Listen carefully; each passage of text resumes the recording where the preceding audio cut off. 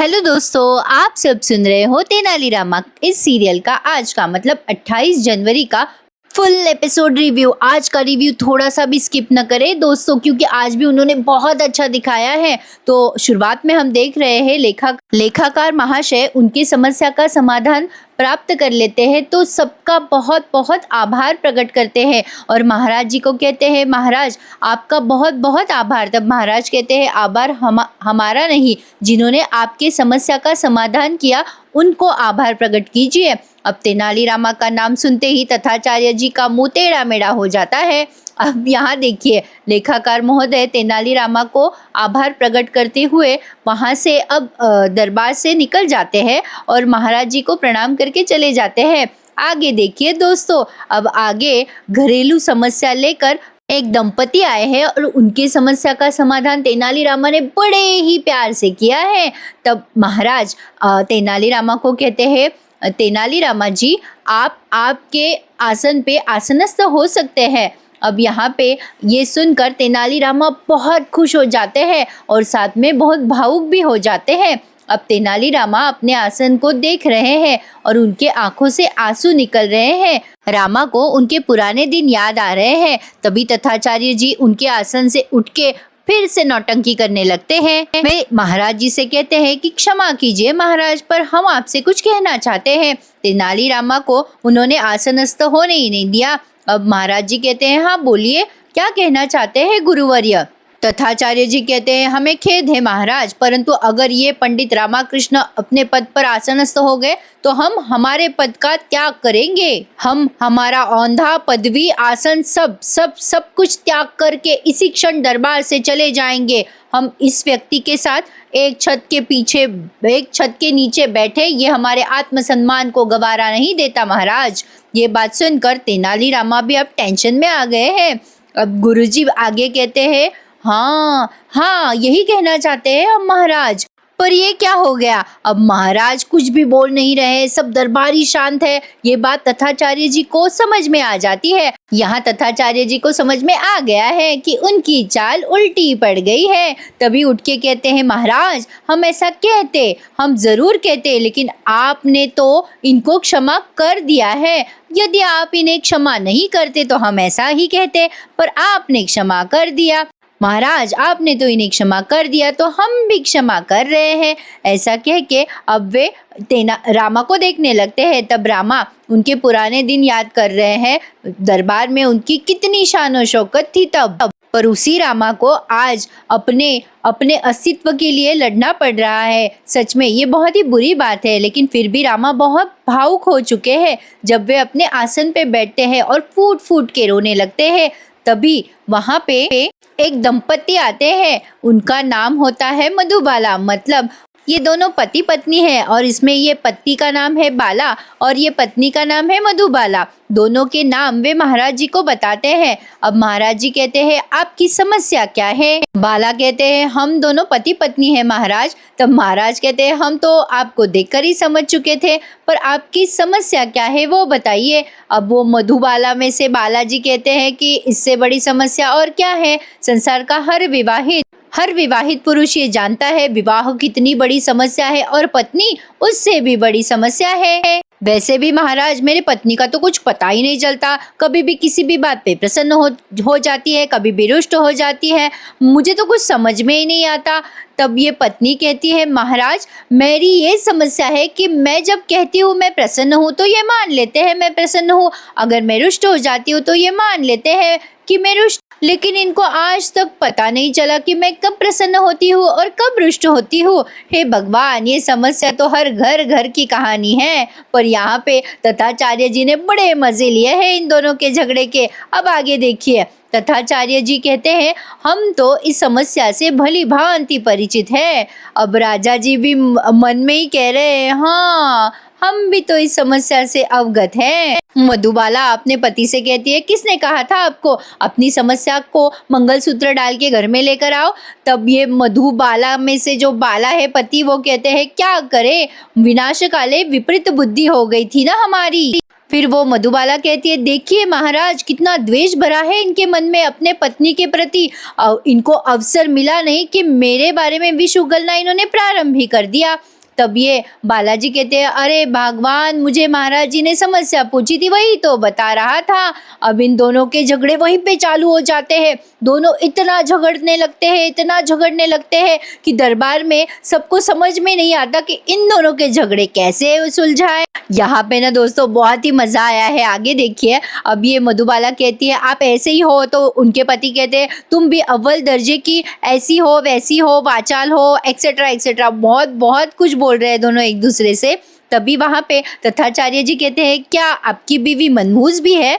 तब ये तथाचार्य जी को देख के कहते हैं, नहीं नहीं जी, वाचाल है। तभी वहां पे तेनालीरामा हस्तक्षेप करते हैं इन दोनों के झगड़े में और कहते हैं, क्षमा कीजिए महोदय, बाला और मधुबाला आपके नाम तो कितने लयबद्ध हैं, मानो एक दूसरे के लिए ही बने हो, पर संबंधों में इतनी कड़वाहट क्यों? ऐसी भी क्या समस्या आ गई बंधु? तब वे बताते हैं कि महाराज, मैंने एक गाय ली है ताकि मैं अपने परिवार को शुद्ध दूध दे सकूं। तेनालीरामा कहते हैं, वो कैसे? आप आपकी समस्या विस्तृत में बताइए। तभी वो जो बाला होते हैं वो जोर से तेनालीरामा पे चिल्लाते हैं और कहते हैं, आप अपनी समस्या में रहिए, हमें आपको हमारी समस्या बतानी ही नहीं है।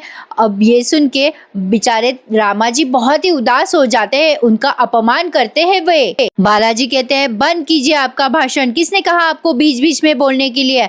अब वे बालाजी कहते हैं, महाराज क्षमा चाहते हैं, लेकिन इनको कहिए हमारे निजी संबंधों से दूर रहिए। मधु बालाजी भी कहती है, हाँ महाराज, हमारे महाराज को ठेस पहुंचाने वाले इस व्यक्ति से हमें कोई वार्तालाप करना ही नहीं है। अब ऐसा कहने के बाद बेचारे रामा जी चुपचाप बैठ जाते हैं। पर अब मंत्री जी को गुस्सा आता है और वो कहते हैं, तुम्हारी समस्या क्या है वो पहले बताइए। अब वे बालाजी कहते हैं, क्या बताऊं महाराज, मैं मेरी इच्छा से कुछ भी नहीं कर पा रहा हूँ, यहाँ तक कि मैं मेरी इच्छित धोती भी नहीं पहन सकता हूँ महाराज। अब यहाँ पे वो बालाजी की पत्नी बहुत क्रोधित होती है और कहती है, आपको तो कुछ समझ में नहीं आता, बकरी का खूंटा भी लेकर आए तो ऐसा नक्शीदार लेकर आए आप। तब फिर से वे दोनों झगड़े करने लगते हैं अपनी घरेलू समस्या को लेकर। तब महाराज जी चिढ़ जाते हैं और कहते हैं, ये क्या हो रहा है यहाँ, शांत रहिए। अब आगे देखिए दोस्तों, बहुत मजा आया है। अब तथाचार्य जी कहते हैं, क्या हो रहा है यहाँ पे काम की समस्या सुलझाई जाती है, पर ये घरेलू समस्या ने तो काव करके रखा है। घरेलू न्याय मंदिर है क्या ये? अब यहाँ पे फिर बालाजी कहते हैं, क्षमा कीजिए तथाचार्य जी, यहाँ पर सभी माननीय गण भी तो विवाहित हैं, इनसे एक बार पूछ के देखिए, मेरी विपदा किस आपदा से कम है? और वैसे भी आपके जैसे महाज्ञानी, महाविद्वान, दिव्यात्मा का साक्षात्कार हो ही गया है, तो इस अवसर का हमें थोड़ा सा तो लाभ उठाने दीजिए। हे भगवान! अब तथाचार्य जी की इतनी स्तुति की है कि तथाचार्य जी इनकी बीवी बनने को तैयार हो गए। देखिए आगे क्या हुआ है। बालाजी कहते हैं, इन सभी बुद्धिजीवियों में आपसे अधिक महान, आपसे अधिक ज्ञानी कौन हो सकता है? गुरुदेव, क्या आप विवाहित हैं? तब गुरुदेव जी कहते हैं, हाँ, हमारा बाल विवाह हुआ था। तब वो बालाजी कहते हैं, तो गुरुदेव, आपसे अधिक ज्ञानी और आपसे अधिक महाज्ञानी यहाँ कौन हो सकता है? गुरुदेव, आप मेरी छोटी सी समस्या सुलझा दीजिए। अब तथाचार्य जी कहते हैं, अवश्य। फिर वे बालाजी कहते हैं, मेरी धर्मपत्नी बन जाएंगे। अब तथाचार्य जी कहते हैं, क्या? ये क्या बोल रहे हो महोदय, क्या बन जाइए? अब वे बालाजी कहते हैं, अरे मेरी धर्म पत्नी बन जाइए। अब तथाचार्य जी बोल रहे हैं, ये क्या बोल रहे हैं, धर्म पत्नी बन जाए? ऐसे कैसे हम धर्म पत्नी बन जाए? अब वहाँ पे बालाजी कहते हैं, कृपा कीजिए गुरुजी, आपको सिर्फ अभिनय करना है मेरी धर्म पत्नी बनने का।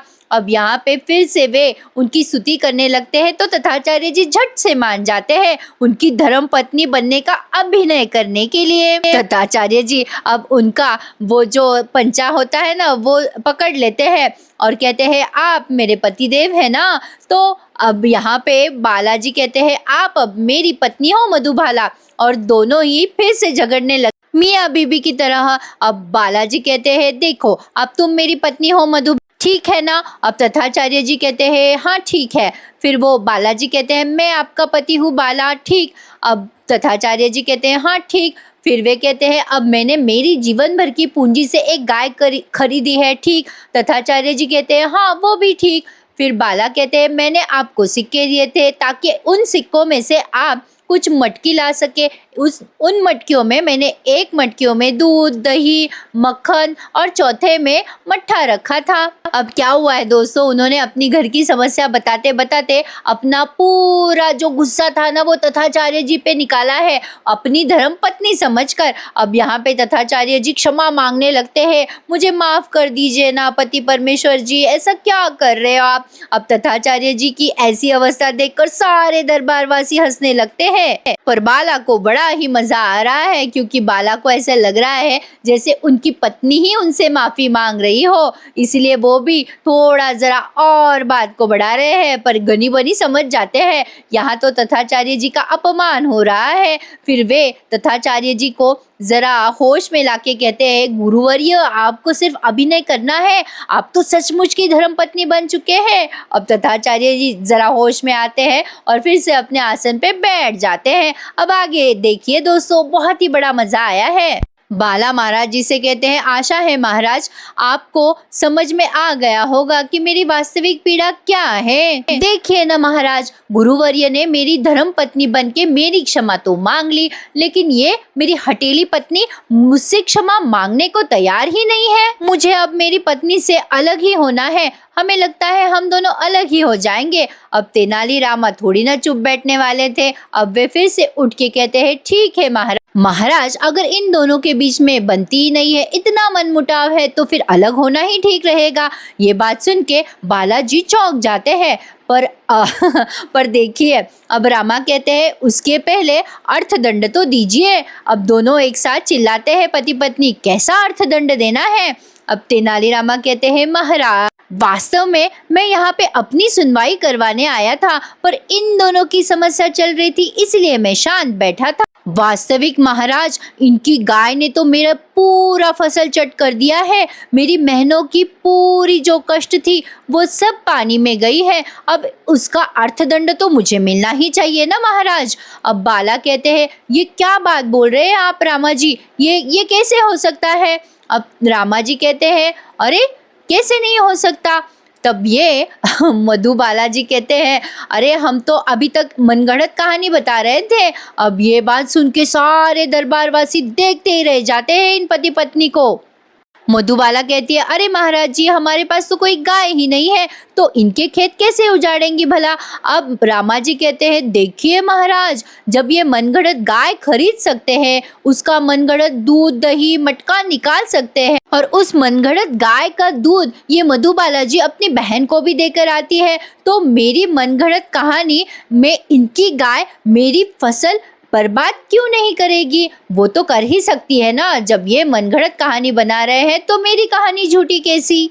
बीच में ही तथाचार्य जी उठ के खड़े होते हैं और कहते हैं, क्या इसके पास गाय ही नहीं है, इसने गाय खरीदी ही नहीं है। तब रामा कहते हैं, हाँ गुरुवर्य ये मनगढ़ंत कहानी बता रहा है। गनीबनी तथाचार्य जी से कहते हैं, क्या गुरुवर्य आप भूल गए हो क्या, मूर्ख वही होता है जो अपनी समस्या का ढिंडोरा खुद ही पीटता है, आपने ही हमें सिखाया था।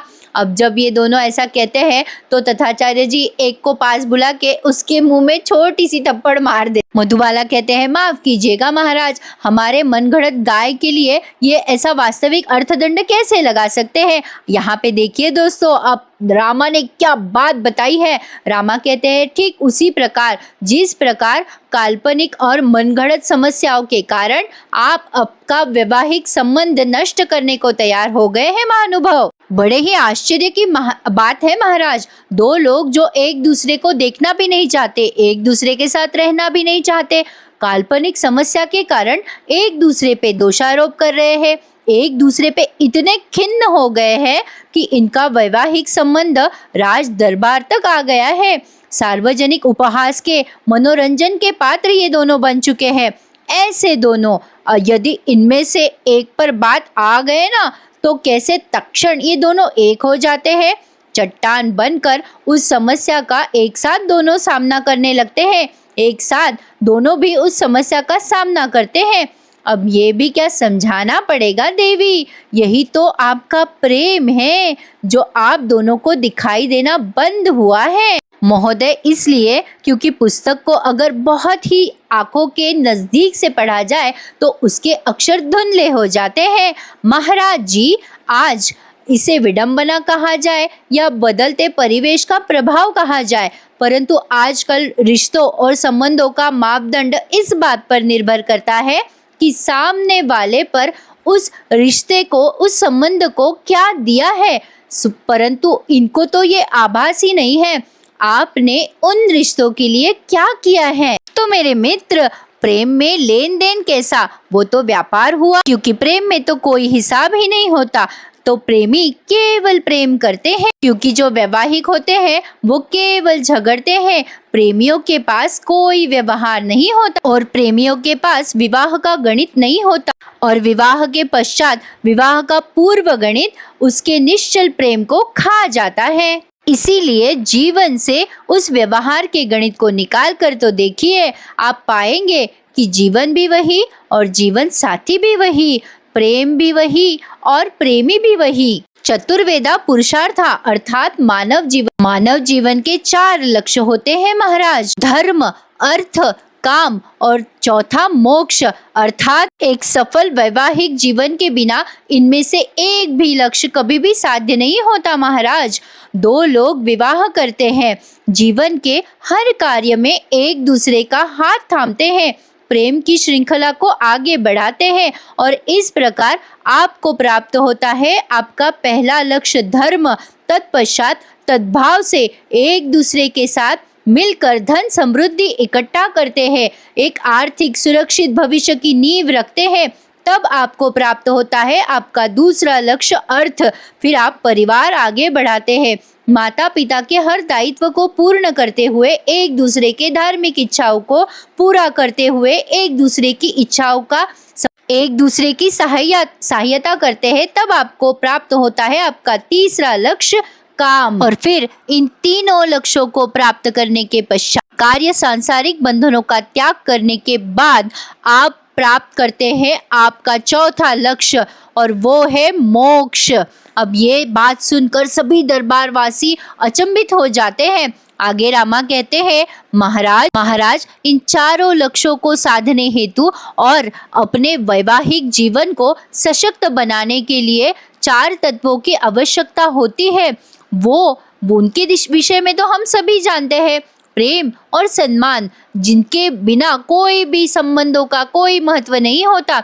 बाकी दोनों तो सामंजस्य और समझौता है। देवी, इतना आश्चर्यचकित होने की कोई जरूरत नहीं है। जीवन के उतार चढ़ाव के समय एक दूसरे के साथ सामंजस्य बना के देखिए। जीवन के कठिन समय में एक दूसरे के भाव और स्वभाव के अनुसार समझौता करके देखिए। फिर देखिएगा आपका ये जो जटिल वैवाहिक जीवन है ना, कितना सुखी, सुंदर और सुगंधित हो जाता है। और एक महत्वपूर्ण बात, वैवाहिक जीवन में दूसरों का हस्तक्षेप विष के प्रमाण होता है।